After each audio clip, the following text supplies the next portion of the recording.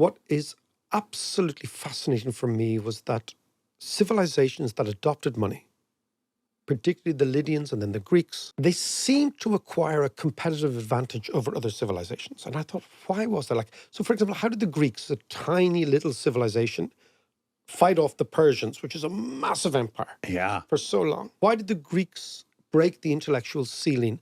Why did they come up with rationality? Why did they come up with democracy? Right, because they're not genetically smarter or superior. Exactly. So we need a much different explanation. So I think what was actually going on was Greeks were the first monetized society. And the interesting thing about money is that if you start with a monetized society, then you have to count because you need to count. Then you have to be precise. Then suddenly if you're being precise, then you're being rational, you're being logical. You don't believe. So I was always intrigued by why the Greeks moved from myths to logic in about 300 years, because it's not a long time. Right.